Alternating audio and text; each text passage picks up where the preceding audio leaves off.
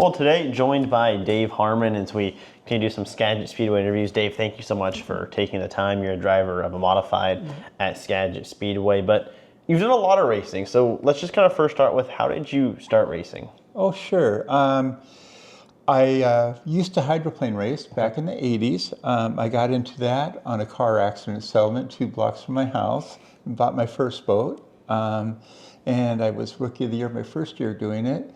And then in my second year, I bought another boat, and I was third in national high point in the class doing that. So did that for 4 years, got out of it, and then got into modified racing from just hanging around at the track. I had been a chaplain for Racers for Christ, and Mel Decker and I became pretty good friends, and we're talking, and they kind of needed more cars, and I like the way these cars slid, kind of remind me of a hydroplane turn, and got hooked that way. So it's a lot of fun. Still learning, but a lot of fun, and not going to sugarcoat it. It hasn't been easy, and boat racing was a little bit easier than what this is, but this is a lot to it. So still learning. Yeah, and the modifieds are such a different animal, and that's interesting to hear you say that. The boats felt easier.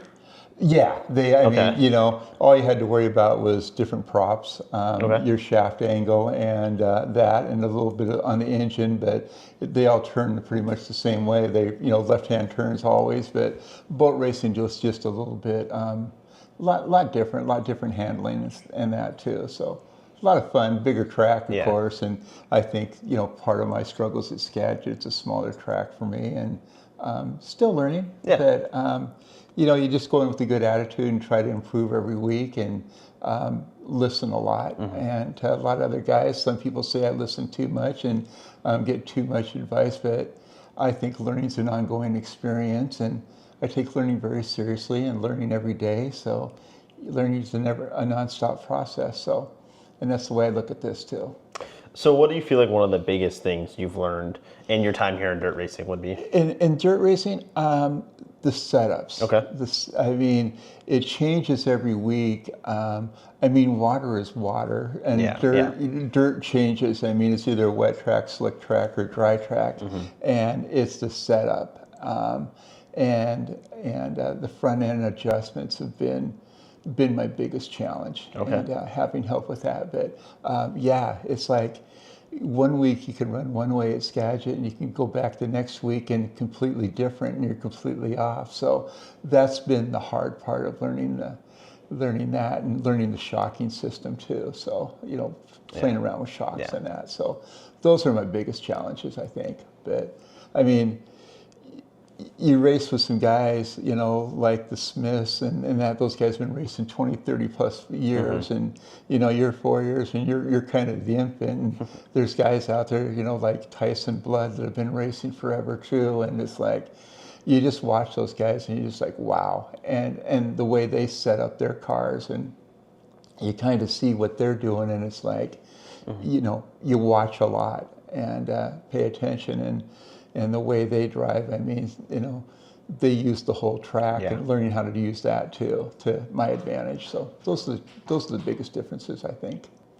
So what made you choose the modified? So I guess first, you went boat racing, and then a little while off, still stayed around in the racing, and then went to modified, right? Yeah. Well, what happened was I moved up here, and my daughter got engaged and eventually married her husband, and started going to the racetrack. And Skagit.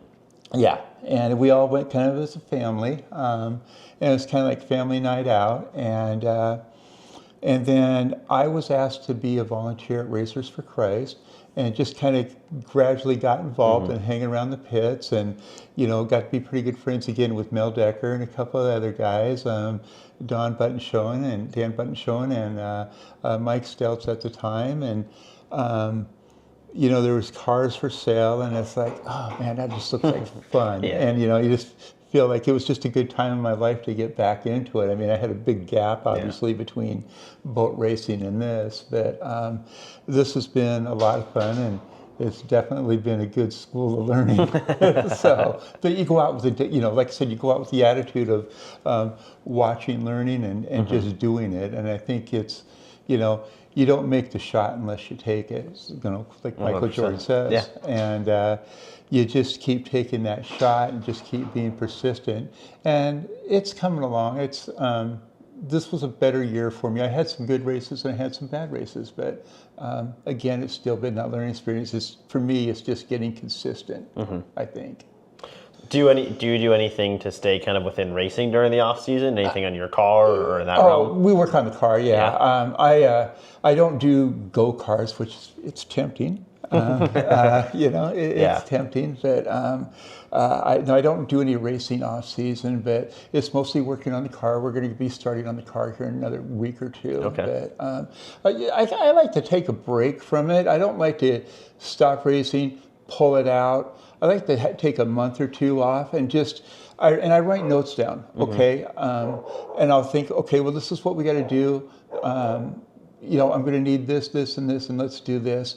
And I'll keep a notebook of things to do. And then it just allows me mentally to step away from it for a while, take care of myself physically and mentally, and take that break. And then you come back with a fresh attitude, and you got the bucket list of what you want to get done, and you go right at it. I got a great group of guys helping out right now, very eager people to help, and learned a lot from them, and it's pretty good. Good. So it's all good that way. So what are some of your plans for the off season racing wise? Anything you want to do to your car? You mentioned you'll work on it here in a couple weeks. We're going to do a new body for okay. sure. We may be changing the color scheme kind of thing. All right, thinking about that. I know it's been the bright. So you've stuck with like a bright yellow for a while. Yeah. It's the bright yellow. I mean, I know some guys changed their cars out last year. Adam's got that flashy color, so got to keep up with the Joneses, I guess.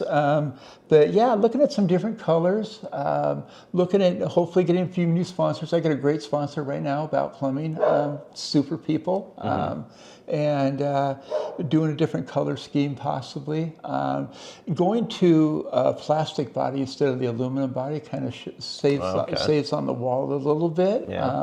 With sheet metal, but I know some other guys have done it and had pretty good success with it. So I want to try that out, and we'll see. It'll be a surprise, but we'll keep it flashy, but always. So that's the plan.